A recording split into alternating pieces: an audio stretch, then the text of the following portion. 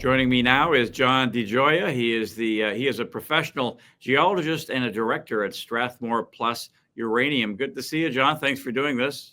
Well, thank you for having me on. I greatly appreciate it. Now, you have a lot of experience in Wyoming, as you've been discussing.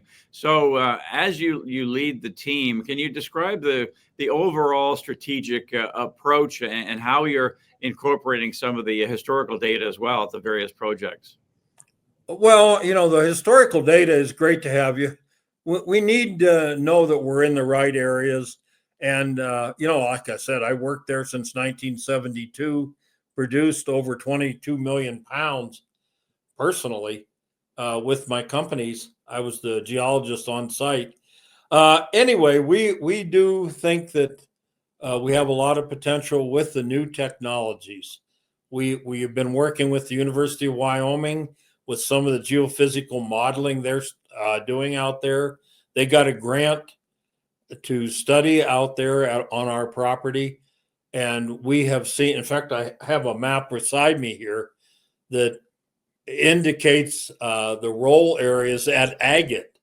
And I didn't get a chance to talk about agate. Hopefully we will, because their work coupled with our experiences and experience leads me to be very optimistic about what we're going to come up with at agate.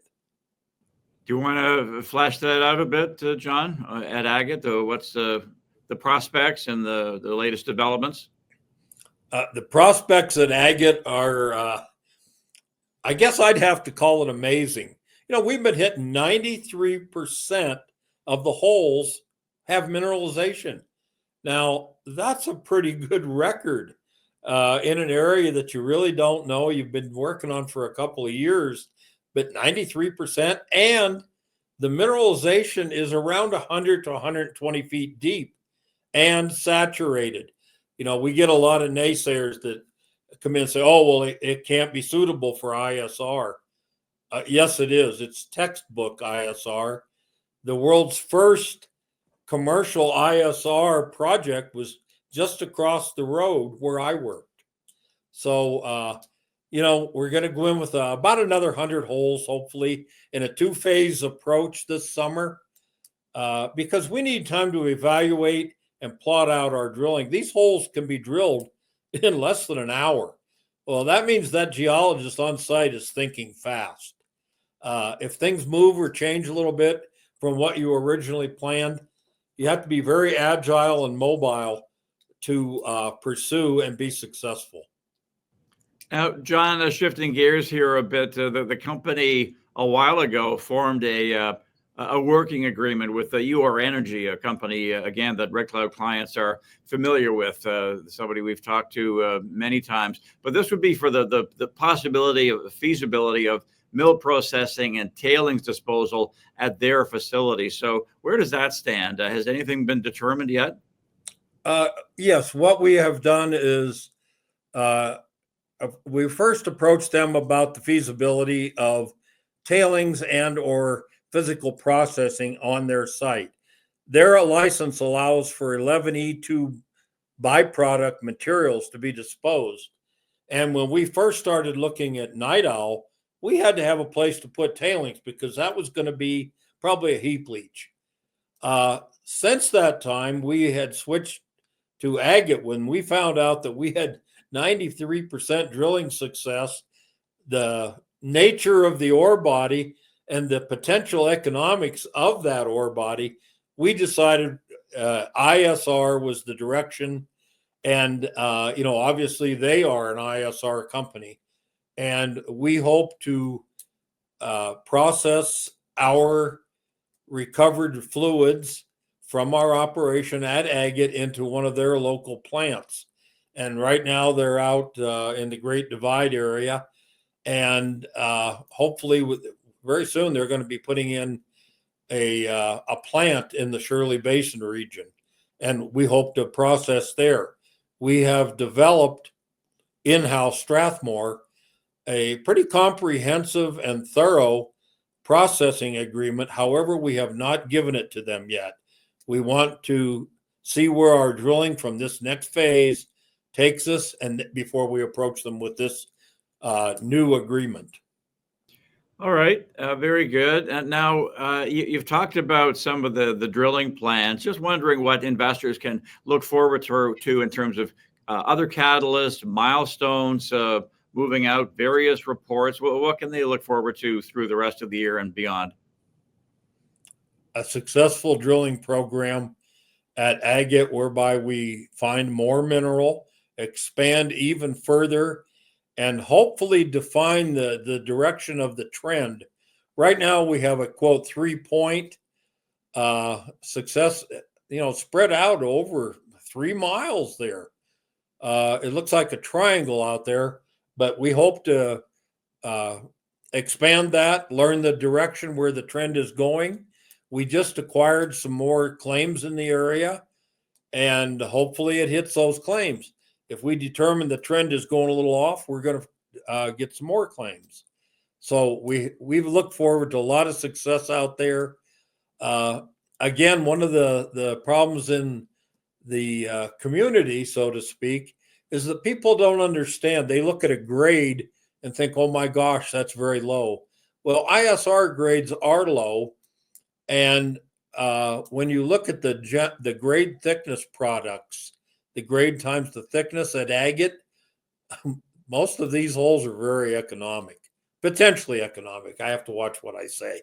But I think investors and the public can look forward to finding more mineralization at agate, defining a resource when we get more drilling, learning that the aquifer is suitable. It's a textbook area for ISR work. This was where it was done the first time. So I think the public will be happy with what they see there. At Beaver Rim, we have one hole that didn't get completed. We'd like to get up there, complete that hole, and hopefully learn that we have some type of roll characteristics in that hole, and maybe do another one or two. But we want to get back to agate. That's where we think it's the best bang for the buck is, so to speak. All right, John, a couple more here for you. From a stock perspective, the company decided to list on the Canadian Stock Exchange as opposed to the venture. That was a while ago, a few months ago. And since then, stock's done very well. It's up, I want to say, a little more than 70% since that time. So what was the thinking behind that? And what kind of feedback are you getting from investors? Well, we get a lot of questions. I'll take that part first. And people are dubious sometimes. Some are very optimistic and congratulatory. But we did it as a lower cost to maintain and list. And I think that was quite important to us. When Dev and I first talked, this was to be a very small cap company. And we didn't know what we were going to find. Well, we have done quite well at agate. We're very pleased. And we've also acquired a different base of investor with the CSE. I don't know. I don't want to say more savvy. That's not the case. Just a different group of people who are watching that. And overall, we feel it's been good for us. It's gotten us a different visibility. Now, lastly, you said you started essentially in 1972, and you've seen a lot of twists and turns in the uranium sector when it was hated for a long time. Now it's being embraced. The Trump administration is supportive. So how would you describe the tailwinds in the uranium and nuclear sector right now, and how Strathmore fits into that landscape? Well, first of all, I'd have to say the public and the industry has taken on a very optimistic and accepted direction. And that is so important. You just mentioned several of the bleak periods we had. I started in kind of a bleak period. Then I watched it go up. I saw 3 Mile Island ruinous. I saw Chernobyl ruinous. Another cycle was Fukushima. And, we just went through another small cycle, much more minor, but it wasn't good for any of us. We lost enthusiasm. Everybody wondered just what was going to happen, I think. But right now, optimism and commitment.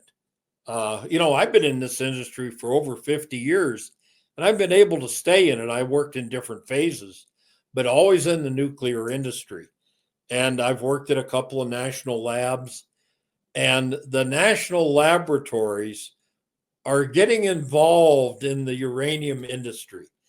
And I don't know what else can say commitment and optimism more than that. I believe Los Alamos is doing some studies in ISR. I believe INEL is doing some studies. And that is a big indicator. It's a can-do attitude in the industry right now. We need pathfinders. We've gotten those, A lot of us have been in it, and we're still in it and pushing forward. The investors have to believe in the product that we sell. And now I think the public has accepted that product. We're getting people with experience in permitting that we didn't have back in some of the projects.